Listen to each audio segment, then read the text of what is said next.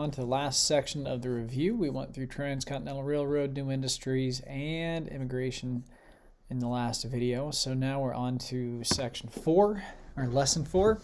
3 major problems with cities growing so much. One was poverty, filth and garbage, which led to disease. You could put disease here, but it doesn't flow through the flow chart quite as well.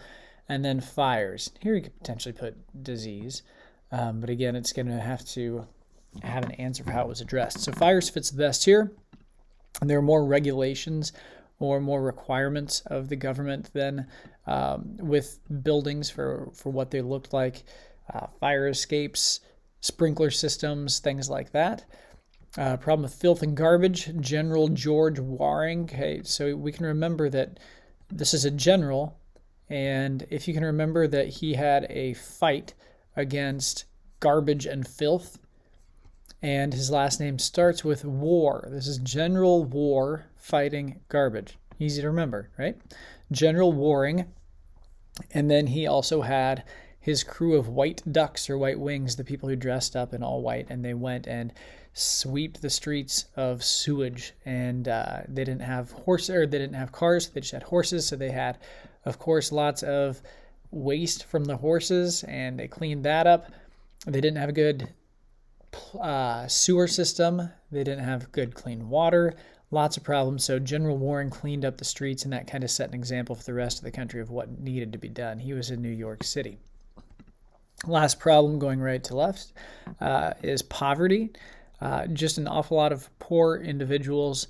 And so Jacob Riis had a passion for this, and he went around and photographed people. So he used flash photography so he could get night pictures of all these people crammed into these tiny little tenements. And he would hold meetings where he would invite the wealthier people and he would show pictures to them. He also wrote a book called something along the lines of How the Other Half Lives, and sold that. It was a bestseller. So he exposed poverty, and then people kind of took notice. And one of the things that they ended up doing was create things like settlement houses.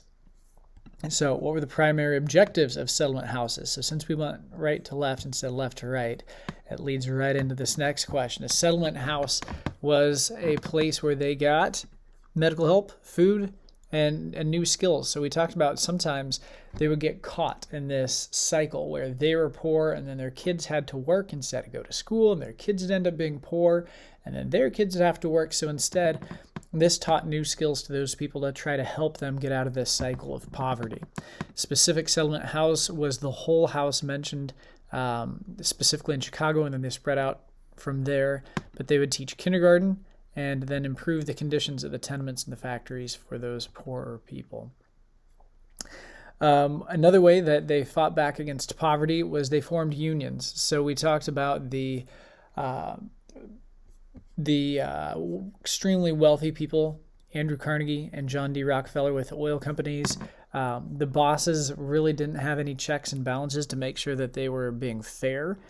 And so the employees grouped together and they would form labor unions. And those labor unions would fight for, specifically, better pay, shorter work hours.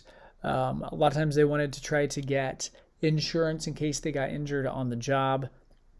But anytime there was an issue, they would try to address it as a group.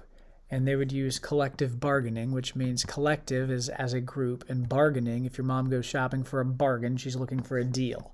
So as a group, they are doing a deal. If they didn't get what they want, they would go on strike and refuse to work until their needs were met. There's also the American Federation of Labor. This is just a specific union. They had shorter work weeks, better pay, and insurance if workers got injured on the job. Those are the 3 main things that they demanded. This is called workman's comp now. And so basically, if I break my leg playing flag football like I did a couple of years ago, if it happens on the job, workman's comp will almost always pay for that. One thing that we had also talked about, going back up to the labor unions, there's kind of a good and a bad side to this. And depending on when it took place and the extent of the labor union. So the good thing is it stands up for the little guy, right?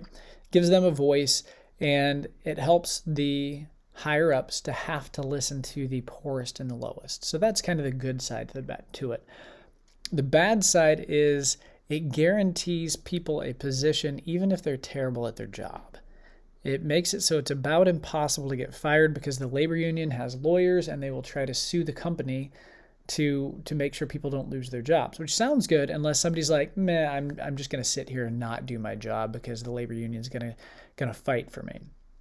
And so it also makes it a lot harder on businesses. And then also, if you pay your employees more, where are you going to get the money as a boss? And so you have to jack up your prices, and it just kind of cycles through. And does it really help the little guy, or does it just drive inflation? So there's some roundabout conversations. We watched a short video on that, but overall, going back over 100 years, the labor unions, they kind of just wanted to stand up for the little guy because at the time they're getting pretty rough treatment.